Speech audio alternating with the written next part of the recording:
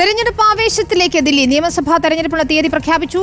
അടുത്ത മാസം 5-നാണ് വോട്ടെടുപ്പ്. അടുത്ത മാസം 8-ന് ഫലപ്രഖ്യാപനം ഉണ്ടാകും. ഉത്തർപ്രദേശിലെയും തമിഴ്നാട്ടിലെയും ഉപതെരഞ്ഞെടുപ്പുകളും ഇതോടൊപ്പം നടക്കും.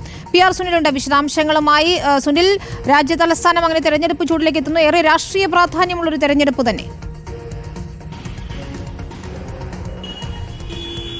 വിനീത, തീർച്ചയായും വലിയ രാഷ്ട്രീയ ചൂടിലേക്ക് ദില്ലി മാറുകയാണ്. ഫെബ്രുവരി 5-ാം തീയതിയാണ് ദില്ലിയിലെ വോട്ടെടുപ്പ് നടക്കുന്നത്. 8-ാം തീയതിയാണ് വോട്ടെണ്ണൽ നടക്കുക. തെരഞ്ഞെടുപ്പ് വിജ്ഞാപനം വരുന്ന 10-ാം തീയതി ഇറങ്ങും. 17-ാം തീയതിയാണ് ദില്ലിയിൽ പത്രിക നൽകാനുള്ള അവസാന തീയതി. രാഷ്ട്രീയ പാർട്ടികൾക്ക് വളരെ കുറച്ച് സമയം മാത്രമേ ഉള്ളൂ. ആം ആദ്മി പാർട്ടി ഇതിനകം തന്നെ എല്ലാ സ്ഥാനാർത്ഥികളെയും പ്രഖ്യാപിച്ചു കഴിഞ്ഞു.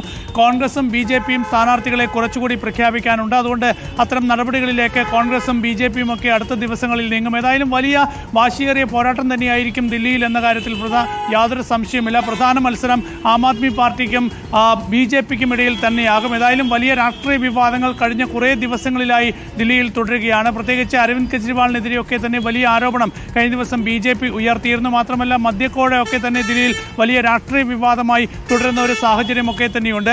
അഴിമതിക്കെതിരെ കുരിശുയുദ്ധം നടത്തി അധികാരത്തിൽ വന്ന ആം ആദ്മി പാർട്ടി നേതാക്കൾ തന്നെ അഴിമതി കേസുകളിൽ ജയിലിലാകുന്ന ഒരു സാഹചര്യമൊക്കെ തന്നെ കഴിഞ്ഞ കാലങ്ങളിൽ നമ്മൾ കണ്ടതാണ്. അപ്പോൾ അതൊക്കെ തന്നെ ജനങ്ങൾ പരിശോധിക്കുകയും ജനങ്ങൾ വിധിയെഴുതാൻ പോവുകയും ചെയ്യുന്ന ഒരു കാലത്തേക്ക് ദില്ലി എത്തിയിരിക്കുകയാണ്. ഏതായാലും വലിയ രാഷ്ട്രീയ കൊടുങ്കാറ്റിനിടയിൽ ദില്ലി തെരഞ്ഞെടുപ്പ് ചൂടിലേക്ക് നീങ്ങുകയാണ്. വളരെ കുറച്ച് ദിവസത്തിനകം തന്നെ ദില്ലി പോളിംഗ് ബൂത്തിലേക്ക് പോകാൻ പോവുകയാണ്.